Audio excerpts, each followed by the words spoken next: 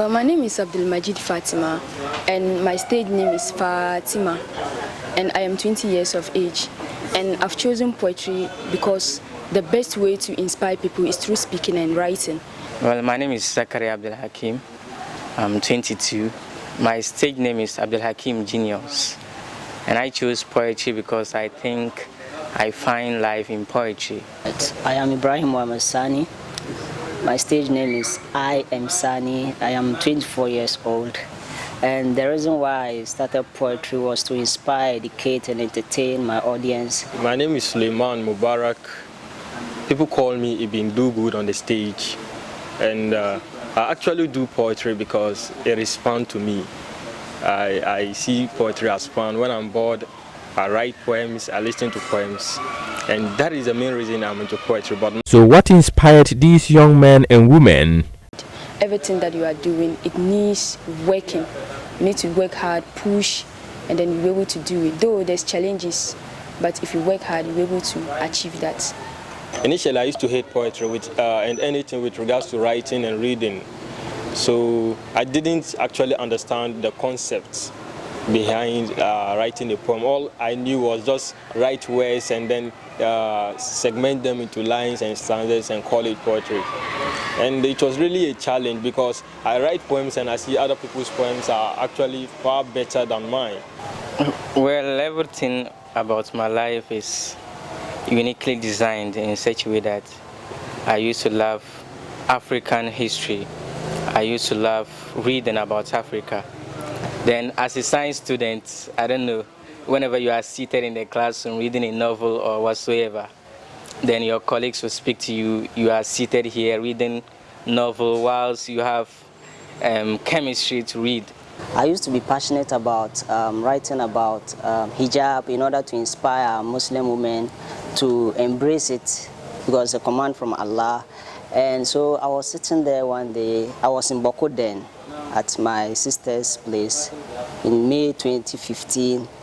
So I was trying to make a search about hijab, what Islam speaks about it, and then what the Bible also speaks about it. So I was making the search, I got some info, and which I intended to write and then post on Facebook.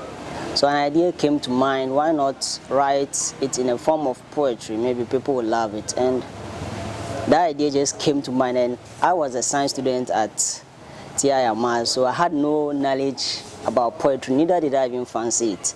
And luckily, my brother-in-law, who is a medical doctor and a poet, had a book which he published. So I took the book, and in order to, I started reading some of his poems in order to get a gist on how to start.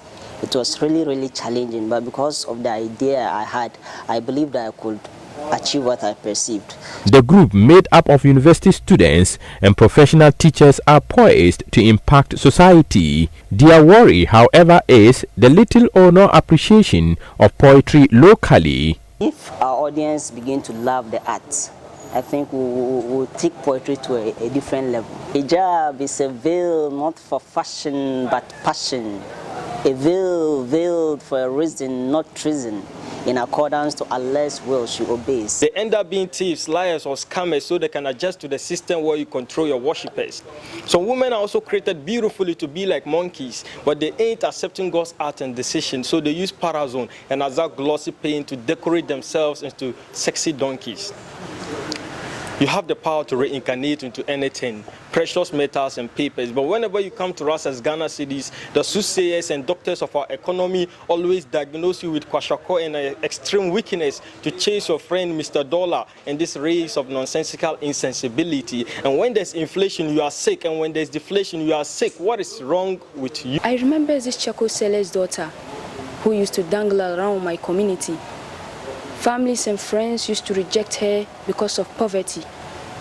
Poverty, as they say, is a doorstep to evil. Her father died when she was still hanging at the center part of her mother's body. She grew up without a career. Education taught her to set a dream of her own rather than living a life without a dream. Of bloody tears flowed down the cheek of a nation that was so bold by brave sons and daughters of the land. Oh, my people, I have not come to you changed from my yesterday, but I still remain that humble acolyte, the common sweeper of the Savannah heart. I still remain the linguist of their ancestors. That notwithstanding, they are determined to make a mark in their chosen mission. Mahmud Mohammed-Nurudeen reporting.